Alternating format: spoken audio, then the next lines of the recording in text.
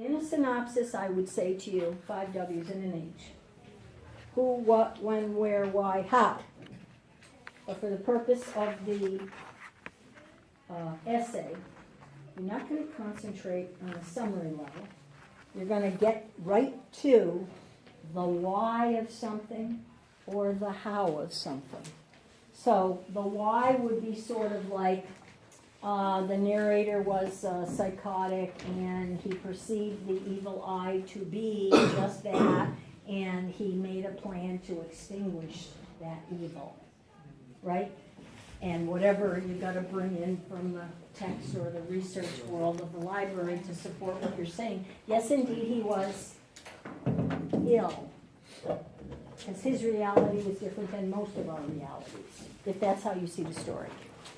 Or if you love to write and you're more into poetry and you find the poems rich with descriptive images, which is what poetry is, and repetition and comparison and whatever devices you see, and you want to write about the how somebody wrote the poem, that's fine.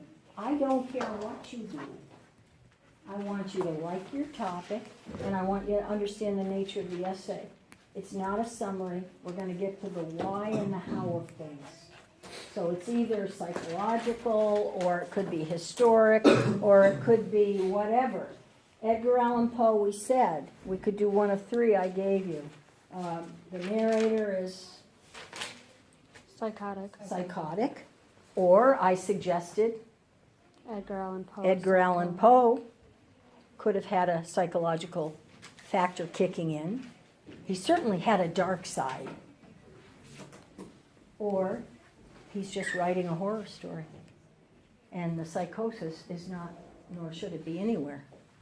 All right, so it depends on what you think, but that's what the essay is. It's sort of the why of things or the how of things, if that helps a little bit. So, in terms of the Monday assignment, just so you get the reading quiz, you need the synopsis and a response. If people have them now, and I had asked you to please put it on a separate piece of paper, you don't have to tear out your journal pages, I want you to pass it in. It didn't have to be multiple drafts, it was just a nice synopsis and reaction or response to that story. That's all. I'm going to read for content. I'm not going to read to correct your mechanics. Okay, good. All right? I'm just anticipating, because I've had like so many questions and we were worried about it. And I didn't want you to worry about it. It was just like a pop quiz. Boom.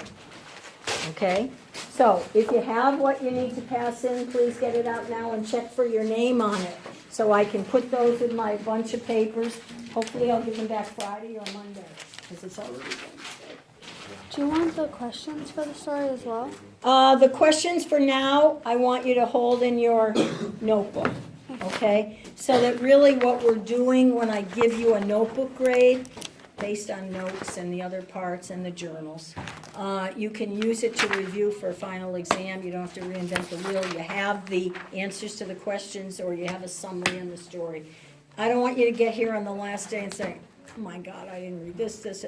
You can use your book, you can use your notes. So the better you do now on note-taking and journals and answering homework questions, the easier the final's going to be.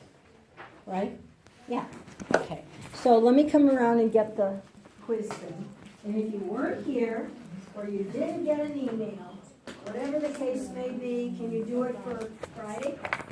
If you want a grade instead of a 0. I don't want people to get zeros. Anybody? Anybody? What? Synopsis.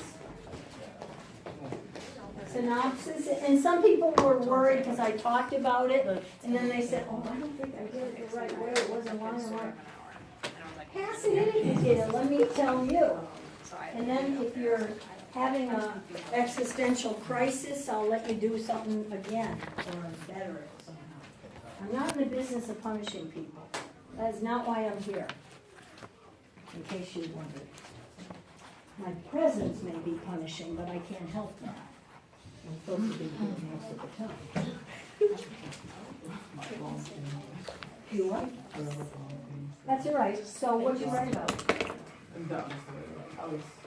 I came from work, I was tired. Oh, I'm sure. So, Okay, so was is it, it okay if I could like write one tonight and bring it to you? yeah, but what was it, the Kate Chopin? No, the first one that we did. Remind me, the poems or? No, the first one. I wrote another short story. Okay. Yeah, so if you want. Yeah, that Kate Chopin is a story of an hour. Well, let me take this one. And I'll add it. And then you can do the acknowledgement. Yeah, I'll do it tomorrow. All right, okay. I am not in the business of punishing you guys. Really, I like you and I like what I'm doing. I just want it to be credible. I want to help you. People think, I don't know what they think.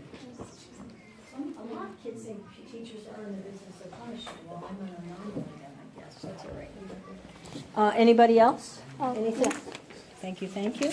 Did you check names so I can give them back and know whose they are? All right. So, that's that. Let me just call names. Let me just tell you, please, the journal topics from which you can choose. I'll call names while you're writing something. If you don't know when I say write a free topic, what to write about, you ought to put down my ideas somewhere in case you need a topic somewhere, because they're both good. All right, so these are the two topics for today. It's September 28th. I was going to put it on the board, but I don't want to spend a little time with that. The 28th. The first topic was the difficulty of change. What am I hearing? That's the next door.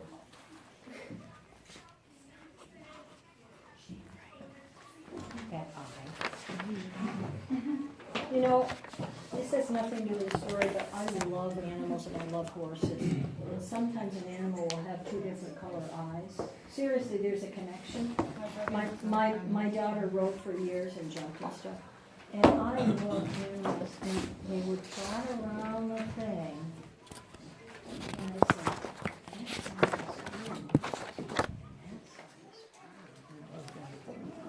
put me in my place, because they're kind of offsetting, you know what I mean?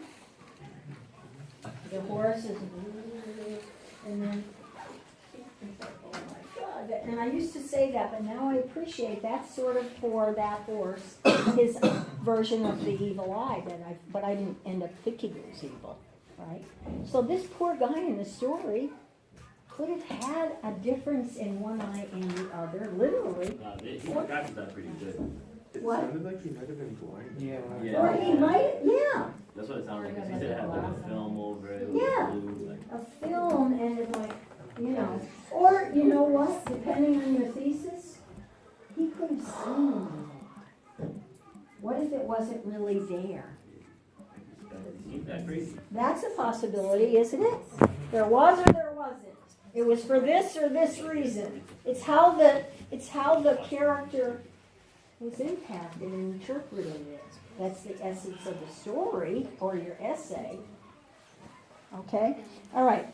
Journal topic number 1, the difficulty of change and the lessons which can come from change. I don't need to write this on the board, do I? Okay. And the second one, as a possibility, is the greatest or strongest part of yourself. These are very revealing on some level, so you can probably connect with some of what I'm saying and make some guesses as to where it's coming from. Usually things connect. We're not like compartmentalized. Now I'm a teacher, okay, now I'm going to go home and take care of my daughter, and now I'm going to do this. It all goes together. All right, so let me repeat, so you're not like wondering, what the heck is she rambling on about? The difficulty of change in your life. Maybe for you it isn't difficult, but for some people it's more difficult than for others, so it's a good topic. And the lessons which can come from it, meaning about yourself. Right? That's a good topic. 2 parts. The second one was the greatest or strongest part of yourself, like your core. And sometimes when you go through experiences, you realize or you're reminded of what's most important. So whatever part that is, If you're a parent, I would suppose that's probably right at the top. The strongest or the greatest part of yourself, meaning in terms of part of your life that is most, I guess, important to you. That's really what I'm asking about.